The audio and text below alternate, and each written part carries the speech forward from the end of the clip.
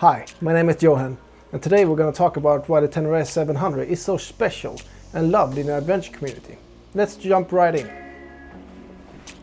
The first Tenere came out in 1983 and was the XT600Z model, so we've had Teneres for more than 40 years now. And that gives this bike a legacy and credibility among adventure riders. And I mean, looking at pictures of those old Teneres and comparing it with this T7, you can see where their inspiration came from. The Tenere name traces back to Yamaha's Dakar rally bikes in the 80s and 90s. It has a pure bloodline, in many ways similar to Harley-Davidson and how they keep their brand strong thanks to the icons they still produce.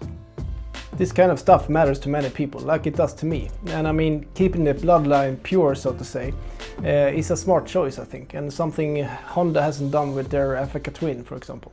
So the T7 was built with rally DNA first and then refined for the consumers. And you can see that in the shape of the rally tower and in the lights. And I think it looks really, really good. And I mean, it's like with everything in life. You have to understand the history to understand why it is the way it is today. T7 also offers simplicity in a market that is getting more and more tech. And I mean, the older T7s only have that you can turn off the ABS and no ride-by-wire and so on. And that's something I really appreciate when you're out in those far adventures where you're not close to any civilization. But I mean, even Yamaha has released now with ride-by-wire.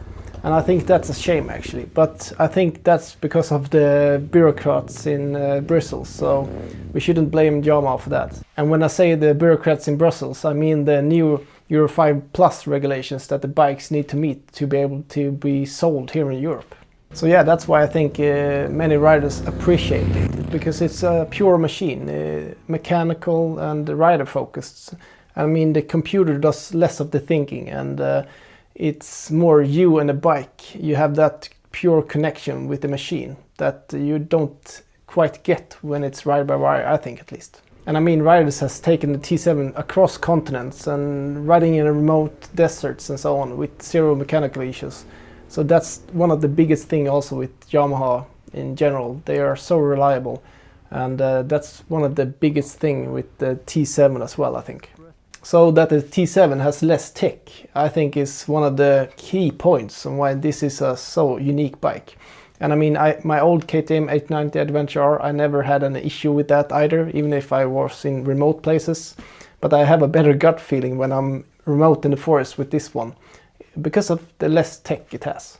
Then it comes to the heart of the legend, which is the CP2 engine, which is a 689cc parallel twin, which is known for its bulletproof reliability. And I mean, it's used in many of Yamaha's lineup of bikes, like the MT-07 and so on. And it came out in 2014, I think the engine was, so it's a well-tested engine. This engine has a beautiful character. It's good all the way from the bottom end all the way up to the red line, and everything in between is just fun. It has a very linear power curve, so it's very easy to ride off-road and really fun on-road as well. My bike also have a ECU flash, so it's a bit more power than mid-range, which makes it even more playful. So it's a really playful engine, I must say. So the combination of a really playful engine and the reliability it offers, I think that's one thing that makes this bike unique also. When it comes to the off-road capability of this machine, you as the rider sets the limit, not the other way around. And you have probably seen how the pros can ride this machine, so you know it has a lot of capability.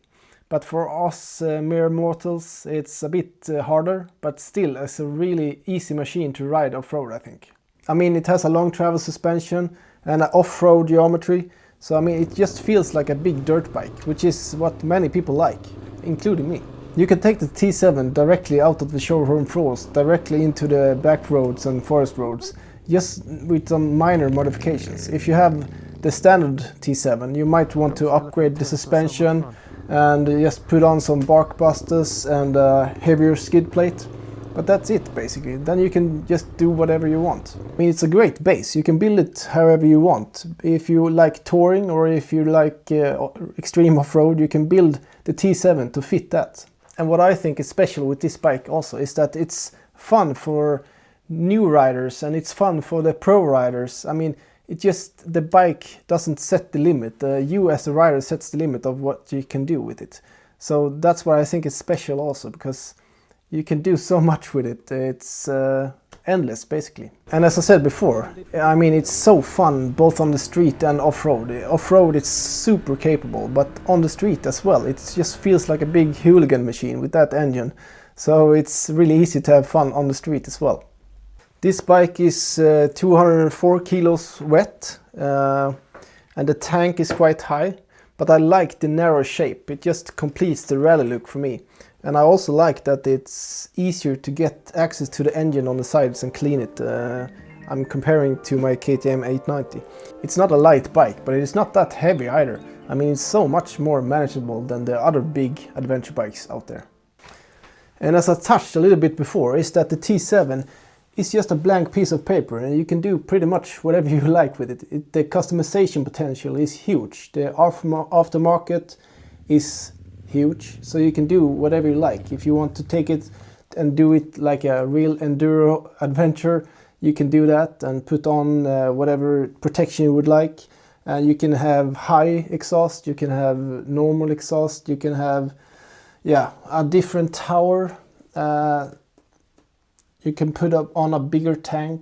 I mean, the aftermarket for this bike is really huge, so that's a big plus also, because then you can do whatever you like with it, and that's part of the appeal when you buy a bike. You want to make it your own.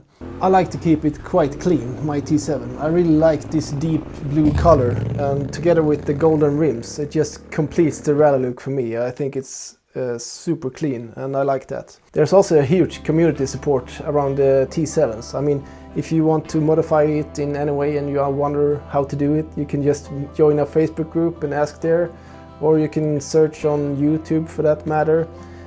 So the cult and the community around the T7 is great, and you can get a lot of help out of that also. But that's the best thing about motorcycle community in general also. There are people that want to help, usually. So all this is why I think it's a bike that is unlike any other adventure motorcycle. The T7 has become a symbol of the simple and reliable and pure fun and good looking adventure motorcycle with a heritage. People resonate with the idea of a simple and rugged adventure motorcycle that you can take on some real adventures. And I think this bike will have a huge impact on the motorcycling community, and it has already done that. But if in a decade or so, I think you can really understand how much of an impact this T7 has done on the motorcycling community. Thanks for watching, and hit the subscribe button if you want to see more T7 content to come. Next year I'll be heading out in the deep forests of Sweden with my T7, doing some great camping and so on, so I have big plans for that. And also check out some of the other T7 content I have on my channel. Merry Christmas and have a lovely holiday with your friends and family. And I will see you soon again. Bye bye.